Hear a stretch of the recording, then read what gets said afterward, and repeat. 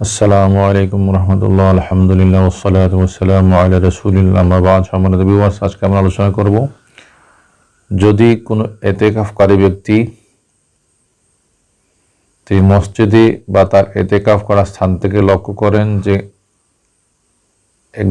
একজন ব্যক্তি পানিতে পড়ে ডুবে মারা যাচ্ছে বা মারা যাওয়ার উপক্রম, তিনি বুঝতে পারছেন ওই লোকটি সাঁতার জানে না বা অন্য কোনো কারণে কোনোভাবেই পানিতে পড়ে তার প্রাণ হানি হওয়ার উপক্রম, মরে যাচ্ছে।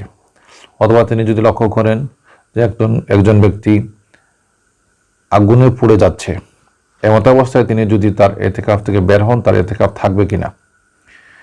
সম্মানিত ভিউয়ার্স, এ বিষয়ে বাহারি শরীয়তে ফতোয়া আলমগীরি किताबें रेफरेंस से उल्लेख करेছেন যে अगर डूबने या जलने वाले की बचाने के लिए मस्जिद से बाहर गया या गवाही देने के लिए गया या जिहाद में सब लोगों को बुला हुआ हो और ये भी निकला या मरीज की आदत या नमाज जनाजा के लिए गया, अगरचे कोई दूसरा पढ़ने वाला ना हो तो इन सब सूरतों में एतेकाफ फासिद हो गया। তিনি বলছেন, যদি কোনো ব্যক্তি এতেকাফ করা অবস্থায় কোনো জ্বলে যাওয়া মানুষকে বাঁচাবার জন্যে অথবা পানিতে ডুবে মরে যাচ্ছে এমন ব্যক্তিকে বাঁচাবার জন্যে মসজিদ থেকে বের হন বা জানাজার নামাজ পড়বার জন্য বের হন অথবা কোনো অসুস্থ ব্যক্তিকে দেখবার জন্যে শুশ্রূষা করবার জন্য বের হন, তাহলে তার এতেকাফ চলে যাবে।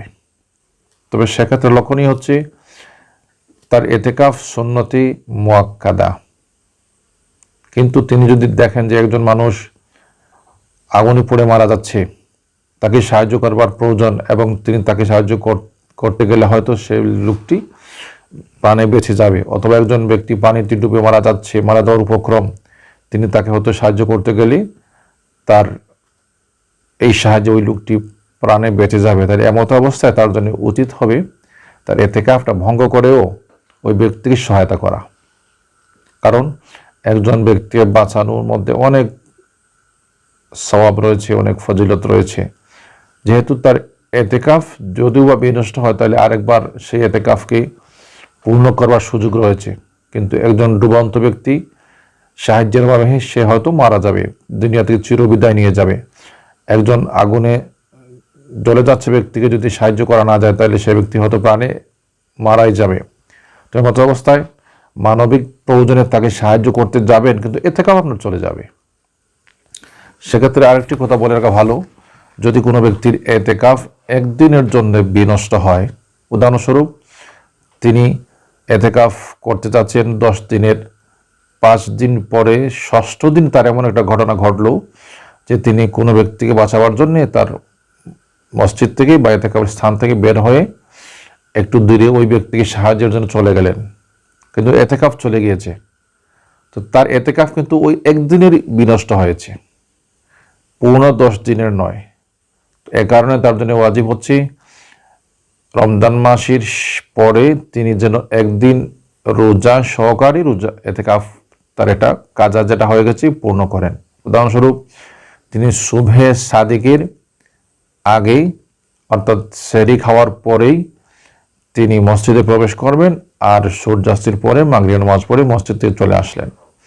অর্থাৎ যদি কোনো কারণে একদিন বা 2 দিন বা তার চেয়ে বেশি কোনো দিনের এতেকাফ বিনষ্ট হয়, এ কারণে তাকে রমজান শরীফের শেষে রোজা সহকারে 1 দিন 2 দিন বা যে কয়দিনেরই এতেকাফ বিনষ্ট হয়েছে এটা আদায় করা আবশ্যক।